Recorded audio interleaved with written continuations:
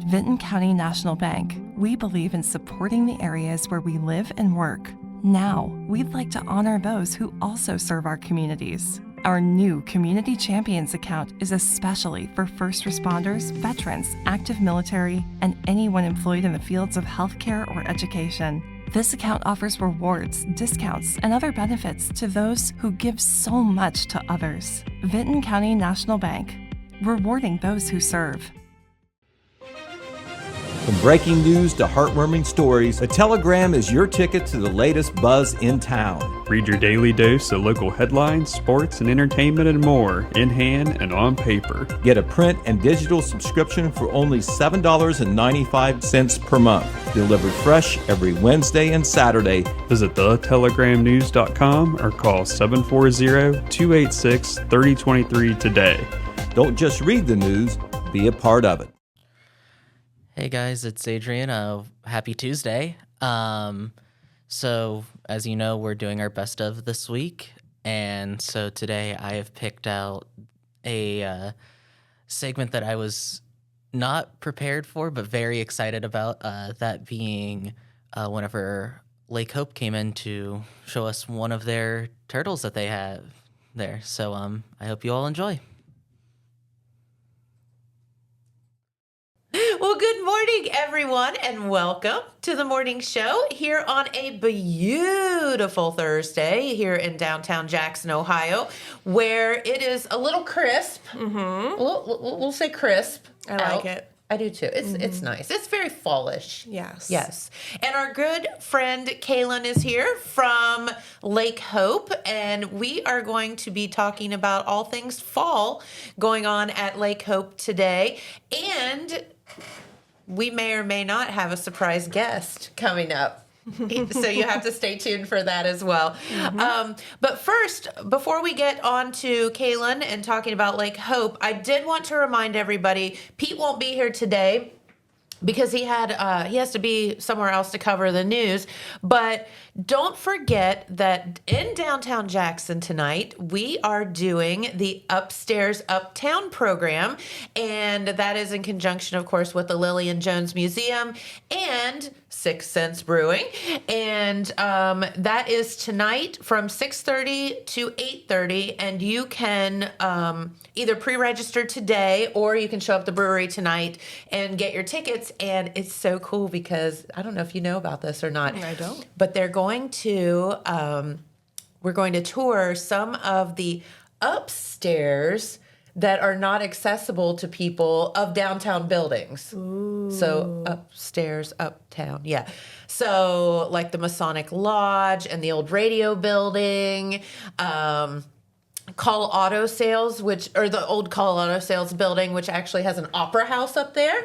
Oh. It is really cool. I mean, that's worth the price of admission right there. It is so neat. There's actually, I don't want to spill all the surprises, but there's actually old playbills, like posters fixed to the wall that you can't get off of there, wow. of the operas that they had up there. It is really neat. The stage is there. There's like these old like toilets that have like the pull string.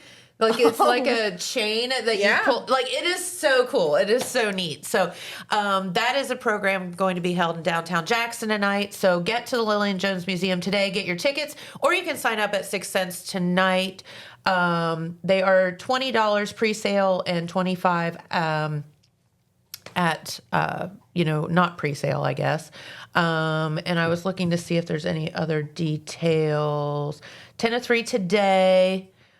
Or registration at the door starting at 5:30 tonight. So, yeah, just come to the brewery. We're going to start from the brewery and then walk out. Yeah. So, and you get 25% off of a food item if you want to come back and eat or come before and eat. Yeah. So there you go. So just wanted to plug that because I think that's going to be a really neat program. You know, we as humans are just nosy by nature. So this is your perfect opportunity to Yeah, I was just thinking when you drive by, you always wonder what's up there. Like, does somebody live up there? Is there a business? Like, what exists? Exactly. So this is the perfect time. Yes. Yeah. And these are buildings that, typically these spaces wouldn't be accessible to the public. So Be nosy. We love it. Very, very good. Well, I'll tell you what, Kaylin is here. We're going to talk about Lake Hope and some of the things going on fall. I mean, fall is just the jam at Lake Hope. Like, Yeah. well, all of our, of course, parks, but it is just... Fall is a good one. It is so... I always go at least once a year in the fall and go up to the lodge and just take that opportunity to look around and take some pictures and stuff like that because it's just wonderful. So, all right. Well, I'll tell you what, we will be back in just a second. We do have a message, and then we're going to talk with Kaylin about some of the fun things going on. So we'll be right back. All right, and we are back with Kaylin, and you are the naturalist, right, at Lake Hope, and quite a busy lady, and especially... See, she's busy this time of the year where there are so many different things going on. And of course, as we can take advantage of what makes these parks so perfect, and that is their natural beauty. Yes. So you have that plus lots of fun stuff going on. So. Yeah. Yes, we do. So, fall is a really special time because we have two of our really big annual events happening. Okay. So one of them is our annual fall hike. This Saturday, it's our 46th annual hike. Wow. Had to take a little break for COVID, but Yep, of course. it's been happening for a long time. Yeah. And it's a really fun one. We will start that at 10 a.m. Okay. and we will meet at the shelter house. So it's kind of on the beach side of the lake if you're not familiar with the park. And we'll take a 3.2-mile hike on the Furnace Trail, which goes right along the shoreline for a lot of the way around the outside of the lake or the back side of the lake. And it's guided, so you will walk with me. We'll stop and talk about some things that we're seeing. The fall colors. Why do trees lose their leaves? We're going to talk about some of that today too. Yes, you're gonna. It's like school but fun. Yeah, a little preview. And then at the end of the hike, our friends group and Lake Hope Lodge, the dining lodge, are going to provide a bean soup lunch with cornbread. Stop. And I could just eat a whole pan of that cornbread. And it just tastes that much better when you do a hike. Yeah, So, for sure. Yeah, it'll be great. So we'll have that, and then we just shuttle you guys back to your car, and then you're good to go. So Fun. So about how long do you think that whole situation will be? it's usually a couple hours long because we just take our time walking along Just the trail. meander. Yeah, we stop a few times, and then usually we start shuttling people around 12:30 or 1 o'clock back to their cars. So you can slurp down a whole bunch of bean soup really quick, or just kind of linger and talk to people. So usually we're all wrapped up around 2 o'clock. Gotcha. Like us, we're all cleaned up. So And then you can be home in time to watch the Buckeyes game. yes, when is that? Saturday at 3:30. Oh yeah, you're good. You're good. I just know people surround their lives around that. That so, is true. It's yes. very important, and I often forget that. So Yeah, but see, two birds with one stone. You have a whole day planned already. yeah, Your Saturday. Exactly. Yeah. Exactly. No, I think that, all of us can get in our cars and go to Lake Hope, and we can walk that trail alone. And unfortunately, many of us miss things because we don't know what we're looking at or looking for. Yeah. And so when you get to go on these guided trails or hikes, you're going to fill people in or point things out that most people would never know or know to look for. I remember one of my favorite, and I remember it like it was yesterday, when I was a little brownie. Like in the brownies, I don't know how old you are then, like 7 or 8 probably, or Yeah. something like that. Went on a hike to Lake Catherine, and our brownie leader, Ann Sheward, at the time, took us, and she did, we stopped and she showed all these really neat flowers and stuff. And it was just like something that I still remember it to this day. These really cool flowers I would have never noticed otherwise. Yeah. And so it's like stuff that now that I can look for. Yes. That I remember her talking about. So see, that's nice. yeah, it was. And it Yeah. was like, I've been to Lake Catherine now 100,000 times, I feel like, but I still now know to look for these certain things that she pointed out. So that's what is That's so my job. neat. Yeah, and that's Yeah. what, your job is to bring the awareness and knowledge and all of that to us. Yeah. So how fun. Mm-hmm. And fall is just such an amazing time at our parks. Yeah. The colors we're just starting to get into kind of the peak season. Okay.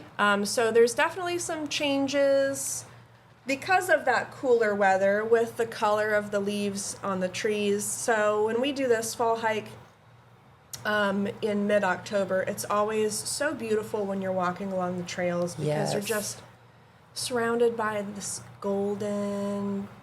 It's going to be a little more green this year, but golden green, and it looks like it's going to be great weather for Saturday. So yes. we're just going to have nice, crisp skies and sunshine, and it's just perfect. Yes. Just perfect. Absolutely. I'm sure that you're just thrilled to have, it's always great when the weather cooperates, right? Yeah. Yes. And it will be nice and crisp as it is today for your bean soup Yeah. and cornbread. Yeah. I told somebody yesterday, it is dry still. So if it could rain at nighttime and then be like this during the day, that would be even better. Well, and I was going to ask you, and maybe you're going to get into this in our lesson today, but does the dry weather that we've had, I assume, affects the way that the leaves turn or lack thereof turn, or, I assume that has to do with what they do? Yes. Okay. That is one factor that plays into some of the color that we're seeing or lack of color, and also how quickly things progress. Okay. So perhaps you and our viewers have seen, maybe they're seeing a little bit of color that was early on and then it's gone and it's very green.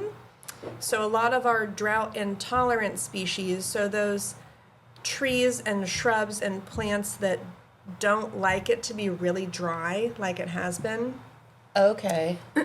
instead of going through this little change of color and keeping their leaves on for a long time, as they progress through their color change, whatever that is, they just sort of crisp and brown and drop. I have a river birch at my house outside our door, and yes, that's what she's doing. Yeah. She's just, Yeah. she's like, I don't like this. It's like, not forget pretty. it. No. It's very quick. Yeah. She's just spitting those suckers right off at us. So Yeah. Yeah. So that's why, we're not seeing some of the more vivid colors is because of the lack of moisture that we've had. Sure. And the timing of the moisture too. So we've had a couple rainy days in the last month, maybe. It's just what, like one? yeah, not Or two. one. So the timing of that just wasn't quite right. Everything was already kind of crisping and dropping. So had we had, some prolonged rains a little bit earlier in the season, then it would have helped with some of those species. So, that's part of, It's nature. yeah, that's what happens.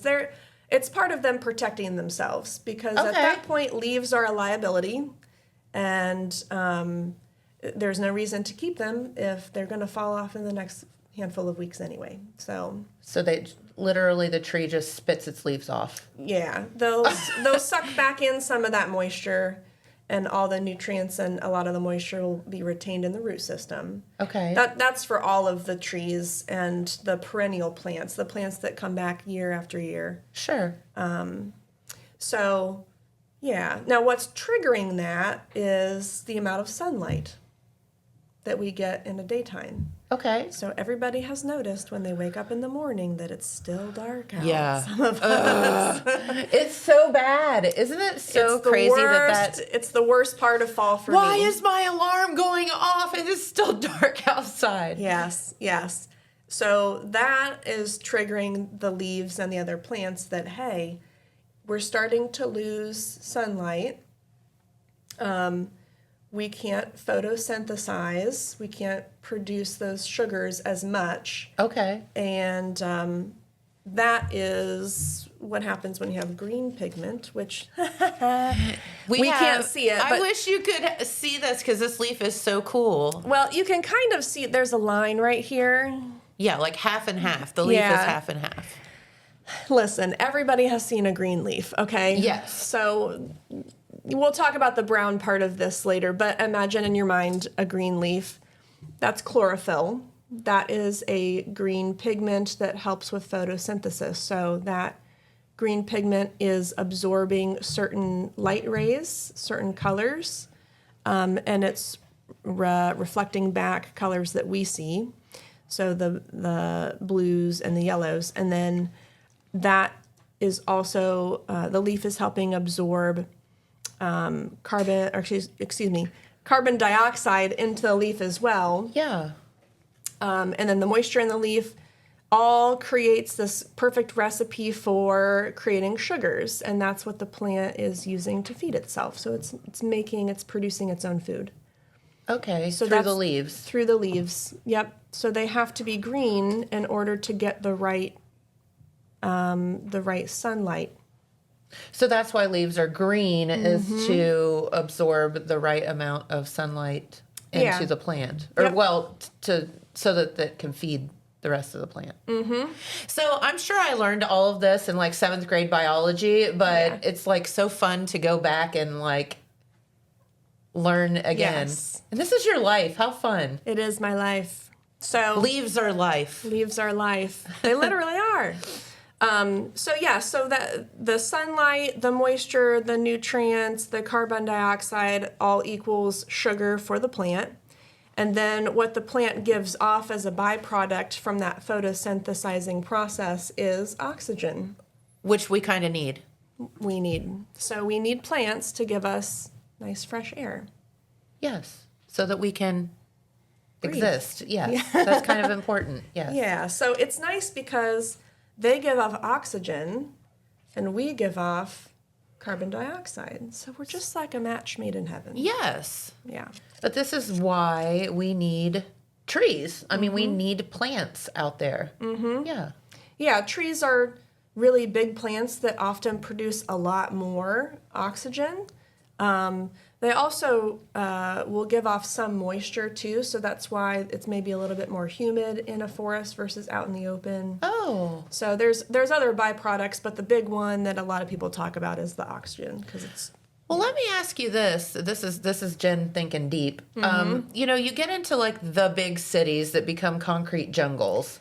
So how is there still oxygen there? Like, you know what I mean? Like, Right. Or can we breathe better here where we live because there's trees everywhere? I mean, I don't know. Yeah, I mean, How does that work? It's definitely fresher air out where there are more plants. Yeah. In cities where there's not as many plants, the air is constantly circulating through Sure. that space. And we don't give off 100% carbon dioxide. We exhale a certain percentage of oxygen, too. Okay. So it's not like, after everybody breathes, we have If everyone none breathed left. at one time, we would Right. all suffocate. It's all gone. So, but yeah, you do get, a lot of fresher air out where there are plants. And that's why, we have nice garden areas and we have the arboretums. And so you have that space to provide that nature in those places that don't have as much. That's the benefit of having them in those places. And that's why people, I think, are drawn to nature, Yes. because it's good for us. Yes. I have a term for you for that. Oh, It's called biophilia. that sounds Biophilia. It sounds like a good disease. It is. It just means that bio is life or life forms, and Okay. philia is like loving something. So we as humans are always drawn to other life forms. So that's why there are people that have pets or people that have plants. We like having that. A lot of us like having that close Yeah. to us. Because so it's other we take life it into around. our home. Yeah.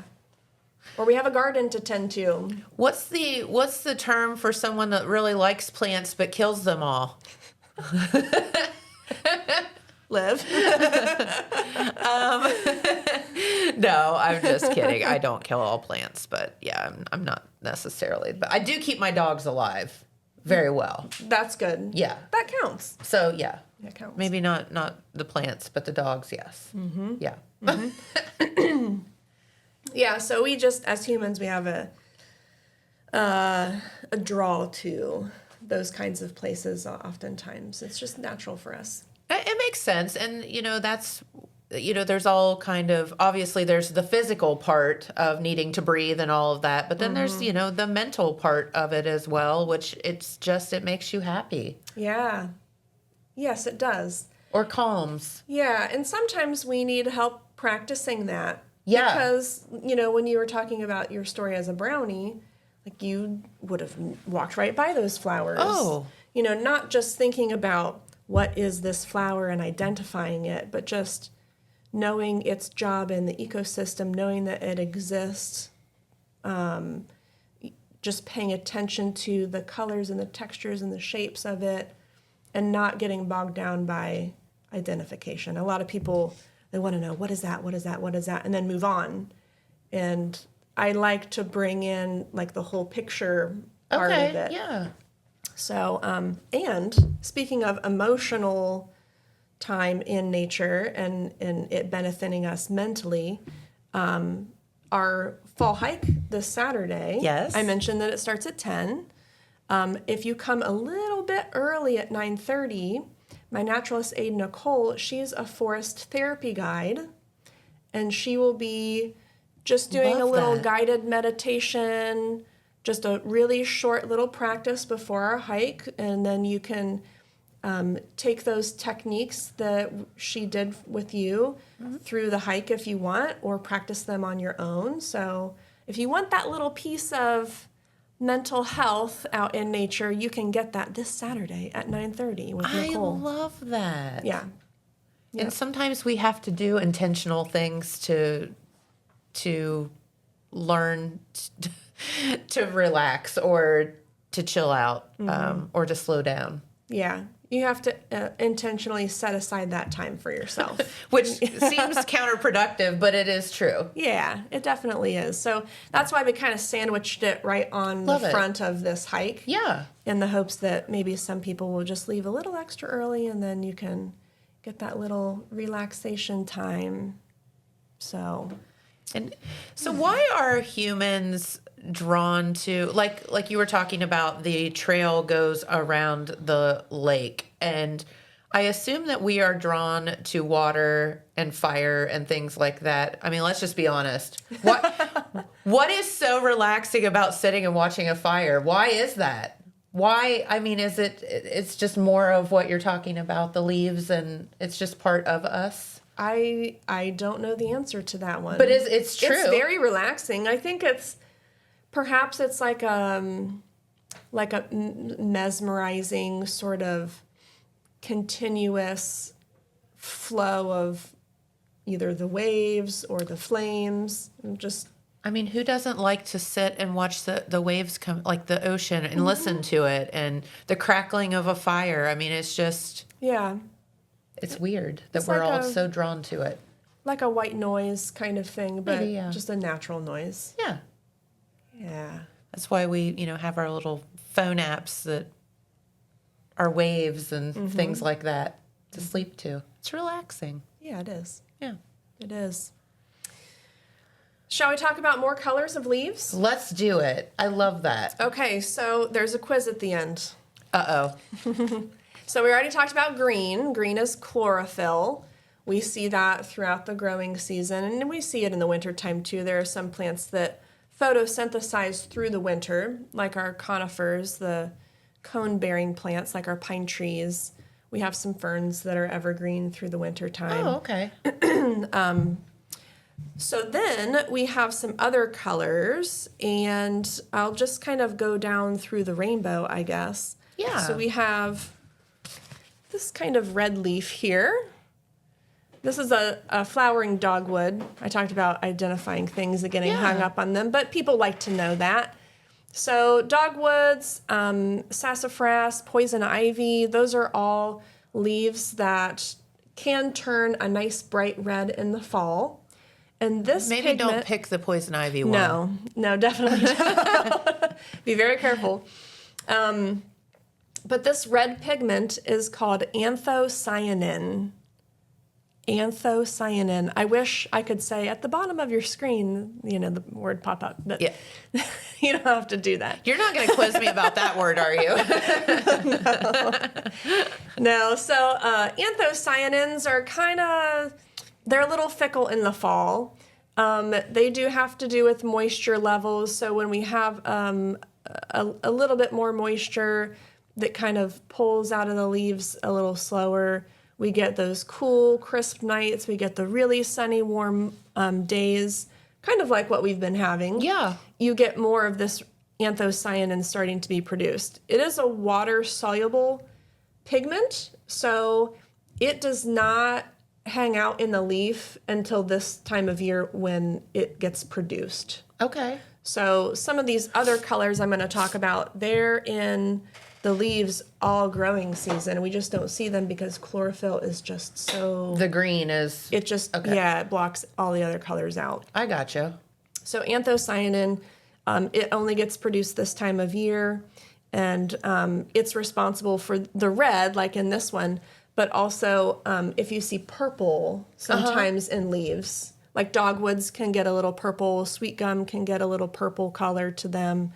That's Same thing? Same thing. Okay. Same kind of pigment. Awesome. Yeah. So that's our reds. And then we don't have a ton of orange in the park this season. So this was one from my It's so house. pretty. This is a sugar maple. And orange pigment in leaves is persistent through the year, and it's called carotenoid or carotenoid. Oh my. Okay, so this is, it sounds hard, but carrot. We can Carrot remember is carrot. orange. Yes. Carotenoid is the orangey pigment. So in this one, if you look at this one really close, each cell is kind Yeah. of doing its own thing. So there's little patches of brown, there's little patches of green. but Yes. There's also little patches of orange too. It is so cool. It's like a mosaic. I don't know if it'll show up in front. Let's see if it shows up in front of the camera. Let's do it. Because it is like a yeah, you can totally see that. Yay. Look at that. Yeah. How cool. So what? Thanks, what- Adrian. What is happening in fall is that, like I said, the light is triggering the trees and other plants to start reabsorbing moisture and nutrients out of the leaves and stop photosynthesis up there. That these leaves on deciduous plants, deciduous means they just are dropping them, they're losing them every year. They are, like I said before, a liability. This type of leaf, these are all going to freeze. And that is kind of like a wound, if you will, unless they suck all the stuff out of it and then they drop it themselves. So you get a scar where the leaf had attached, and then all of that gets absorbed down into the root system, a lot of it, and then we wait until spring, and it starts flowing back up into the tree and popping out all those leaves and flowers. So, so that's why you see, each individual cell is kind of starting to suck away at different rates sometimes. And this leaf, So how did that leaf get how it is? 'Cause I don't know. I wish you all could see it. It's really cool. it's half brown, like a dark brown, and then half green. This is actually bright green here. This lighter brown on your screen. Yeah. And So it just must have absorbed the nutrients a little faster on this side than it did on this other side. I don't know that there's a real rhyme or reason to that, Yeah. like which cells are a little more open and which ones are a little more closed off. But you do get some really interesting patterns. I'll bet. Yeah. So it's fun to go on walks and just, look Yeah. at the ground, and you'll get these really beautiful leaves and kind of odd leaves like this too that just have those fun patterns. That's why you should come to Kaylin's Walk on Saturday, because you can help people see things like that we may not see otherwise. Yeah. Yeah. And we do do an unofficial leaf contest, like the prettiest leaf, the biggest leaf, the ugliest leaf, unique leaf. Okay. So as you're walking, we decide on the categories, and you can pick up a leaf, that. and we judge them at the end. And it's fun to see, all the leaves on the ground together, what got picked. Beauty is in the eye of the leaf holder. Yeah. Yep, it definitely is. So we have chlorophyll. We have anthocyanin, that's red. We have carotenoid or carotenoid. And then our last one, second to last one, we have two more. We have a yellow. Ooh, this is looking kind of orange on the Oh, screen. it does. Yeah. It's actually bright yellow. Yeah, Not bright, but it's pretty bright. There is some green in there. That's probably why it's looking funky. But again, yellow leaves. A lot of people have seen yellow leaves. So I feel like that's what you see the most of. definitely, it's very, very common. So this is a shagbark hickory leaf. Oh, this is sugar maple. Sorry. Is sugar maple what they make maple syrup out of? Yes. Okay. You can tap other trees, and you can reduce that sap down and get something sweet. But sugar maples are known for that because they have a higher sugar content in their sap than a lot of other trees. Okay. So that's why it's just more bang for your buck. Gotcha. But you could tap a hickory tree or a walnut tree or a birch tree, and you just have to reduce it down a Gotcha. lot more. So this is a shagbark hickory. We've lost one leaflet here. This is actually one big leaf. This is one leaf, not a whole bunch of leaves. So there would have been a bud down here for next year's growth at the base of the leaf. And leaves that are made up of lots of little leaflets like this, they're called compound leaves. So compound leaves, you just get a bunch of little leaflets. So the hickory trees, walnut trees, black locust trees, Who knew? all of those are compound. In contrast, something like our maple leaf here, this is a simple leaf. This is it. This is just one Leaf. just one leaf. So our hickory trees, they are very consistently yellow, and they have xanthophyll pigment. That is a type of carotenoid, but Okay. it's yellow. Gotcha. It's just yellow. So our Which is what hickories- you see the most of, I Yeah. feel like. Yeah, we have a lot of hickories around. Walnut trees will also be a yellow color. Tulip poplar is consistently yellow.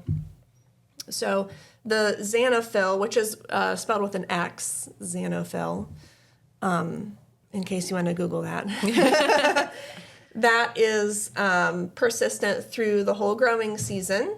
But again, like the orange one, it is just masked by all that chlorophyll. Gotcha. So So- the green takes over. Yes, the green is taking over. It's absorbing different light wavelengths than the yellow and the orange. They're absorbing other light wavelengths, and so it's getting all of the light that it needs to using those Okay. different pigments.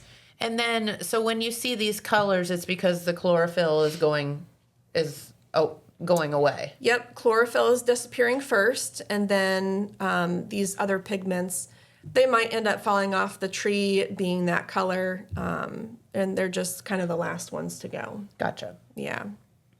All right, we have one more color. Okay. Back to this funky oak leaf. Oh! So this is a red oak. If you were to see it up close, it would have very pointy ends. Bristle tips is what we call them. So that is indicative of the red oak group. But this sort of tan brown color is what we were going to talk about today. Kind of just looks dead. It just looks dead. Yeah. Oak trees have this color. Sycamore trees have this color. This tan color is called tannin. So well, that's easy. You're saying that because I'm looking at that thinking that leaf is just dead, but that's actually a color. Yeah, it's not a photosynthesizing color, so it doesn't help the leaf do anything. It just is a pigment that is persistent through the growing season, but once that chlorophyll disappears, we have a lot of that left. Gotcha. It's also an astringent flavor in acorns and some other nuts. So it's, I was talking about this yesterday with some people. You can eat acorns. You can look up that process, but you want to get rid of a lot of that tannin because it dries your mouth out. Gotcha. It's not great. So the same pigment in the leaf is the same chemical in the nuts as well. Interesting. Yeah. I'll pass on the acorns. Seems like a lot of work. Well, if you come to Roar Day, which is our fall festival next Saturday, the 25th, I'm making acorn bread. Okay, now I would definitely think that would be good. Or I would try it for sure. Yeah, I'm saying it on air so that it actually gets done. I'm You putting heard it pressure here on first. myself. So you can make all sorts of yummy things with wild foods, and acorns Sure. is something that you can leach out the tannin. You can dry, crumble, make into a flour, and I've done acorn bread before. So I have the acorns ready to go. And I'm going to have some other fun wild edible stuff as well. Love that. Like pawpaw bread. Pawpaw. We didn't get to talk about pawpaw. I wasn't here during that time, I don't think. Yeah, probably not. Yeah. We have pawpaw beer, the brewery. Perfect. For the Pawpaw Festival. Mm-hmm. Yeah. So, It's always a big hit. yeah. Well, I mean, Pawpaws are, we could do a whole show on pawpaws because a lot of people don't even know what they are. no. Nope. They're tasty. They are. Okay, Just so hard to process. And they have a face only their mother would love. yeah, they're kind of like They're kind of homely looking little things. you wouldn't probably pick it up off the ground in the forest and say, "This looks like I could eat it." Yeah. What a beautiful thing that I'm holding. Yeah, no. Not so much. When it's ripe, at least. When it's ripe. Okay, are you ready for your quiz? Okay. Okay, we'll start easy. What's the green one? Chlorophyll. Okay, here? We'll stick with this one. What's Tannin. Yes. I got that one. Very good. What is the red one? This is a tricky one. I have no idea. That was one of those words that I couldn't pronounce. Anthocyanin. Anthocyanin. Yep. Okay, the orange one. I know that one because it's carotenoid. Yes. Last one, the yellow one. I don't know. Xanthophyll. Xanthophyll, yeah. I know. There's not a really good way to remember that one. Yeah, it's easy when you have like the tannin and the like tan carrot. Yep. Some of them are easy. Shall we get out our guest? I think we shall because we do have a special guest here today. Yeah, so these leaves are falling off the trees. That's signaling winter is coming. So we've talked a lot about what the trees and the plants are doing to prepare for winter. And I thought I would bring one of my coworkers and talk about what they are doing to prepare for the winter time. It's not a snake, thank God. I thought about bringing the snake, but I thought we're good. That's something that I need to tell you is going to happen so you can mentally prepare for it. Yeah, probably. It was like when they brought in the clowns the other day, the spooky clowns. Hi, buddy. So this is Hi, sweetheart. our eastern box turtle. He's got a little dirt on him there. That's okay. So, Look at him. Is it a boy? It's a boy. Yep. We can talk a little bit about what makes him a boy, or what makes him probably a boy. But Probably a boy. probably, yeah. So our eastern box turtles, before we get to that, Yeah. they are called box turtles because when turtles get scared, what do? They go in their shell. They pull their body into their shell, but Excuse me. there are only 2 species of turtle in Ohio that can close their shell up behind them. So if you look, Oh, wait. Okay. I guess I didn't realize that. this little line right here is a hinge, like a door. Okay, that's cool. And if I push on it a little bit, he is not afraid. I use him all the time for programs, so he's like, I'm ready to go. A typical turtle would immediately like go into its shell. Yeah. Yeah, definitely. But he's like, I love my Kaylin. She's my friend. He's like, exercise time. So if I push on that plastron, that front part of the plastron, the bottom part of the shell, you can imagine that it would close up very tightly after he pulled his head and his arms all the way in. And likewise on the backside, that can get closed up very tightly as well once he pulls his back legs and his tail in there. That is incredible. Yeah. So they box themselves in. That's why Yeah. they're called a box Okay. turtle. Not because they want to live in a box. No. Because they don't. Yeah, they do not like to do that. Yeah, And he's ready to go. He's like, He's ready. He's looking around like, what's that? So our eastern box turtles are a species of concern in Ohio. And we were talking about saving turtles on the road. That's Yes. one reason. We have so many roads now that it's hard for them to navigate in their home range without having to cross a road. let's be And honest, they don't move the fastest. So not particularly fast. So sometimes they'll get hit. Quite a while ago, people didn't understand sort of the lifespan and what it took to take care of turtles. So they might move them around. They might keep them as a pet. And again, we didn't know back then when a lot of us were kids, that really wasn't the safest and healthiest thing for the turtle. So that did aid in decline as well. So so these are, their populations are dropping a little bit. So we definitely don't, if we see one, we definitely don't want to take it home. If we see is one that on- even legal? It is not legal. Okay, in fact. let's get that out there. Yeah, we should not take one home. It's not legal. And really, besides it not being legal, it's not healthy for the turtle. Right. He should be So- out in the world doing turtle Absolutely. things. Mm-hmm. What is the point of a turtle? Like, what do they do? So they are really Other good than at being super cute. They're super cute. Seed dispersal. Hi, sweetheart. They eat a lot of insects. They eat a lot of fruits that are close to the ground. Of course, they can't climb. That would be even more adorable. But little turtle in a tree. yes, they'll eat berries and things that are on the ground. So some insect control, seed dispersal, and then they are also food for other animals. Most of the time, they are predated on in their nest. So a female will lay eggs, bury them in the ground or like a soft stump of wood or something Okay. like that. And so that is a really high protein snack for a lot of creatures that might find it. I see. Kind of like what you think of as the sea turtles, where they come in, they bury in the sand, and Yeah. But we try to protect them. Yeah, absolutely. You are adorable. What is his name? Turtle?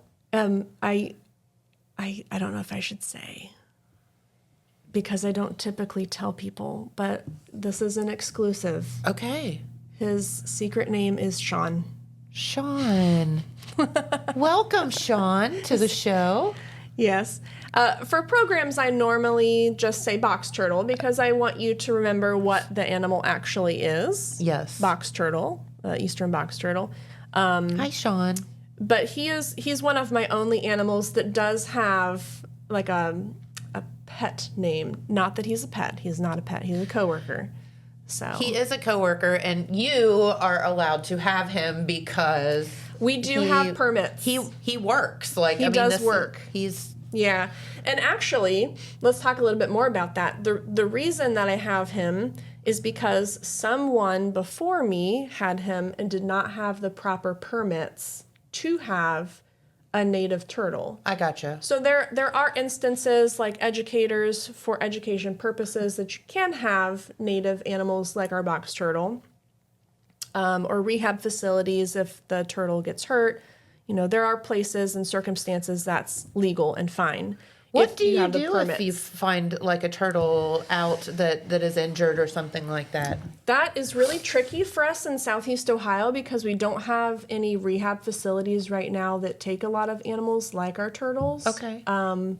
There are other rehab facilities in other parts of the state. I So gotcha. if you're willing to drive a little bit,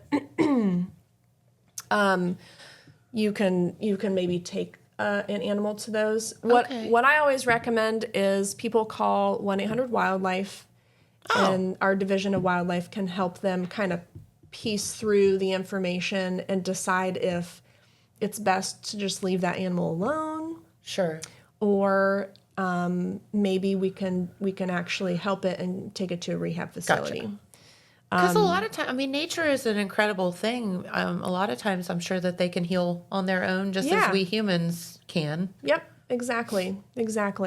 So instead of disturbing them entirely and taking them away and then they're Stressing them out, yeah, yeah. super stressed. His little feet and legs are so cute. He just chills. He chilling. loves Loves you. He's chilling. Yeah. You're welcome to touch him. You can, Oh, yeah. Here, just Would hold him love like a to. sandwich. There you go. Like a big Now, burger. is it really? Now, see, he doesn't. He's. Oh, yeah. He's a squirmy little booger. Mm-hmm. So, how long does a box turtle live, typically? They speaking? live forever. So 80 to 100 years is very doable for this species. Really? Which is another reason why I never recommend turtles as pets, because they're very picky about their light, the heat, their food, Hi, buddy. and they live forever, and they're very dirty, especially your aquatic ones. Why is my phone keep ringing? I have it on silent. I apologize. You're fine. So yeah, I never recommend turtles or tortoises. This is actually a tortoise because he lives on land, Okay. as pets because of just the Hi, sweetie. needs of that animal. I'll So give him back to you so I don't do something stupid with him. So is it true about like if do they bite you? Like, you know, you hear that they latch on and you can't get them to let go, like all those wives' tales. Is that true? So oftentimes when people are talking about that, they're talking about snapping turtles. And that they have a really good bite force. It's very strong, Okay. and they absolutely could hold on to something very tightly for a long time. So you don't want to stick your finger near a snapping turtle. No, definitely not. Those are the ones you find in like the ponds, and I've seen them, and they're big, right? They can be very big. I've yeah. seen them crawling around our pond. Yeah. They're aquatic like- species, so they like to stay in the water, right around the water.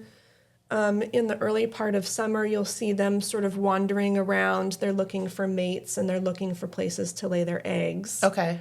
Because all turtles will lay their eggs on land somewhere. Okay, gotcha. But yeah, most of the time the snapping turtles are near the water. So. Very good. Well, it is Yeah. so nice to meet you. You are so cute. So we do programs with our turtles every Thursday afternoon. So this afternoon, when I go back to the nature center, I think at 1 o'clock we'll do turtle time. So we'll get to. I'll talk more about the care that we provide for our box turtles, and feed him some lunch, give him a little scrub on his shell because he loves to soak in his water dish, and then it kind of just builds up on his shell. So we give him a little bath, and then A turtle bath. yes, I love it. and if it warms up a little bit more, then we let him exercise around outside because there's lots of space, lots of good sunshine outside.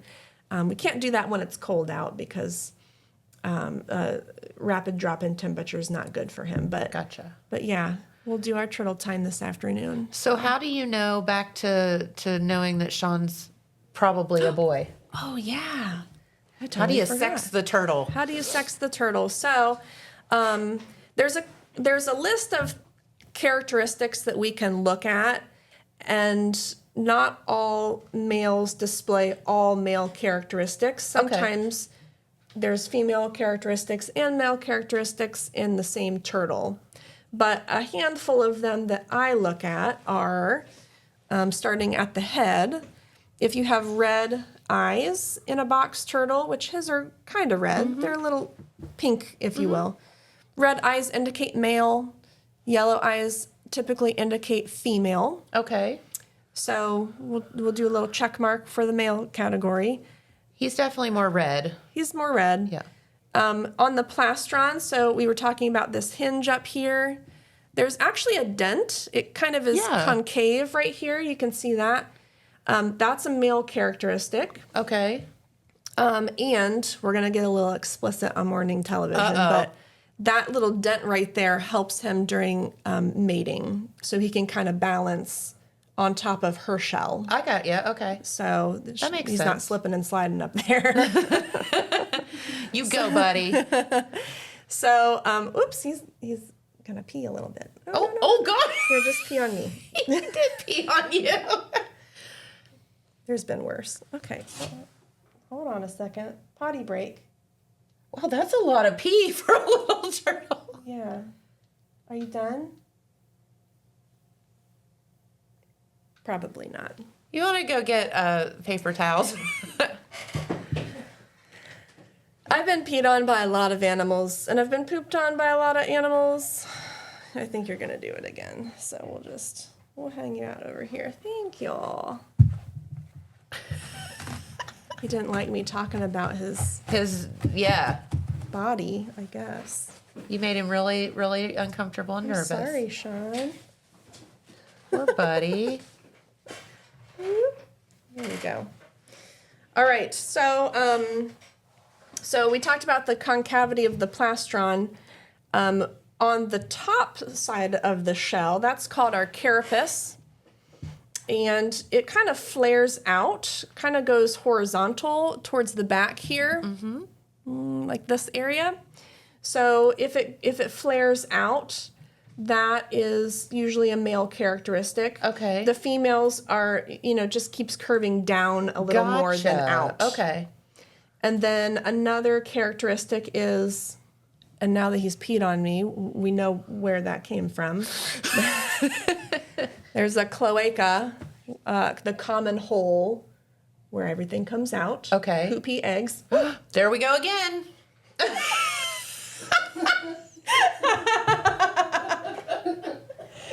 I can't even. This is great.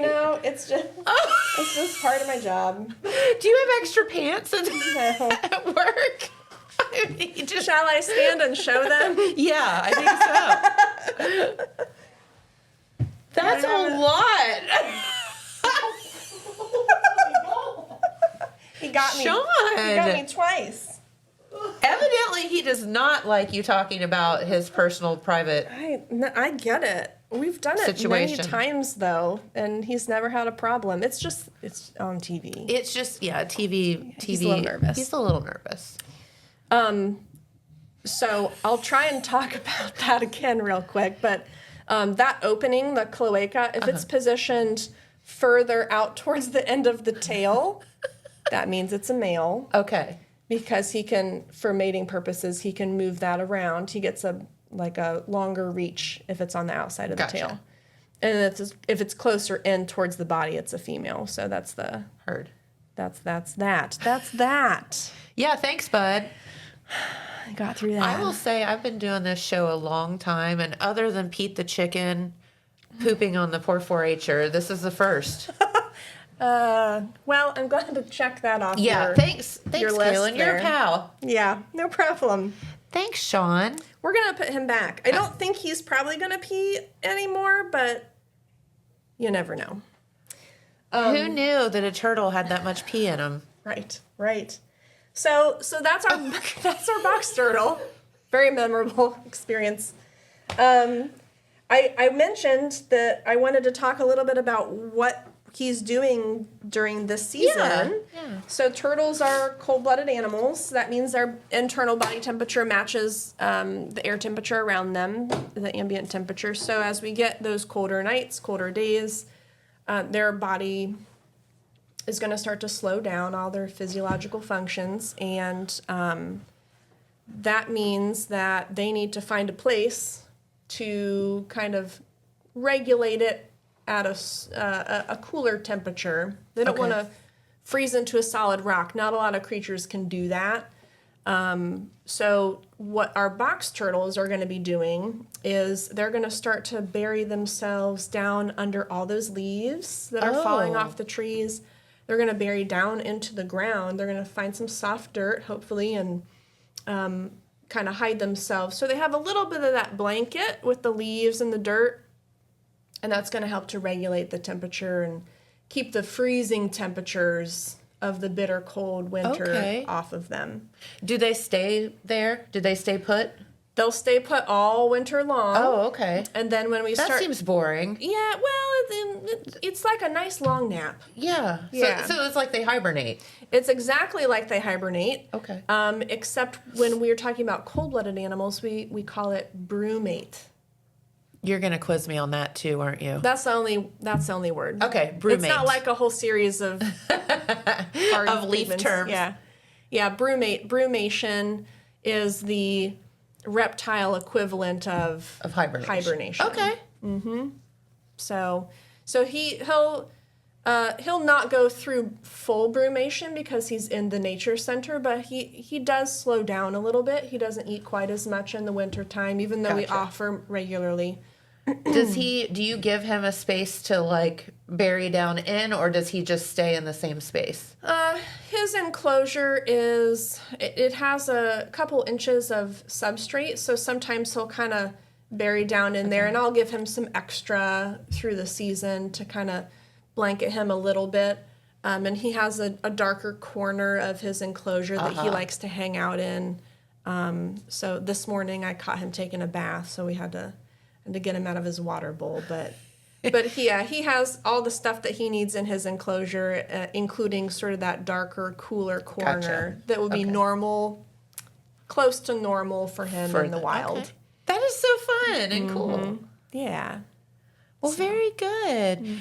Well, we have a couple of minutes left, and I did want to make sure that you plug, your couple of events that you do have coming up. So let's do that. Yeah. So we already talked about our annual fall hike that's coming up this Saturday at 10 a.m. at the Shelter House. 9:30 if you want to do a little guided meditation. So is the shelter house like where the lake is, or? It's right on the edge of the lake. Okay. And it is Can you see it from the road? Not really right now. Okay. But if you follow signs for our beach area and then just Okay. drive past the beach, then you'll see. There you go. You'll see the Shelter House and some parking near it. So that's coming up this Saturday. And then next Saturday, the 25th, that is our annual Roar Day. Roar stands for Rural Ohio Appalachia Revisited.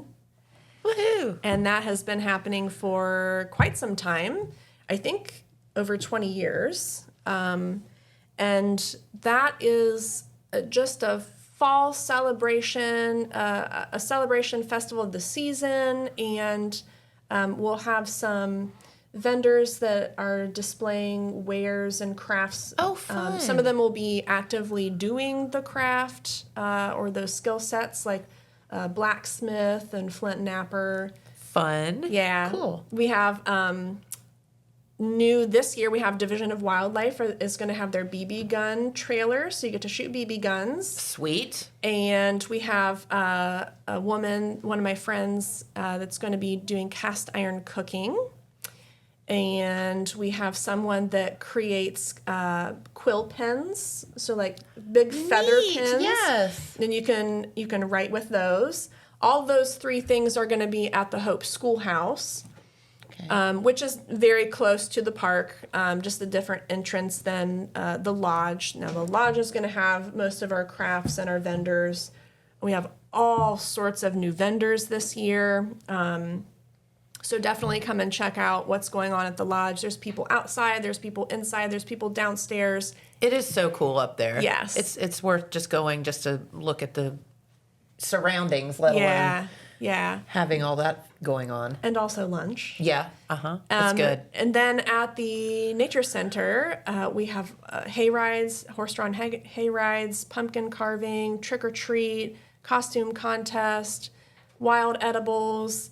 We're going to be talking about our snakes and feeding them, just all sorts of stuff. Can't wait. Yeah, check out the information on Facebook, or you can Google Lake Hope State Park and make sure it is the ohiodnr.gov page. That'll have the most accurate information on it. So Okay. Lots Very going good. on. You do have a lot going on. And again, please just take the opportunity this fall to go to some of our state parks and local beautiful places. I mean, we live right in the midst of it, and we should celebrate it. Mm-hmm. People travel from all over the world to come here. yeah, it's true. It's very true. Yep, absolutely. All right, well, Kayla, thank you so much. I hope you dry out. It'll be fine. Yes, turtles pee, just to let you know. They do. They do. So, all right. Well, thank you for stopping by. This has been so fun today. And don't forget about the Upstairs Uptown program going on tonight in downtown Jackson. You can sign up for that today at the Lillian Jones Museum, or tonight right before the walk at Six Sense. So stop by either place and then see some of the really cool downtown buildings, the upstairs of them. Be nosy. It's your one day to do that. Yes. Yep. All right. Well, I'll tell you what, we will be back here in the morning. We hope that you've enjoyed our show, and we will see you back here on Friday. So have a great day. Thanks for watching. Bye-bye, everyone.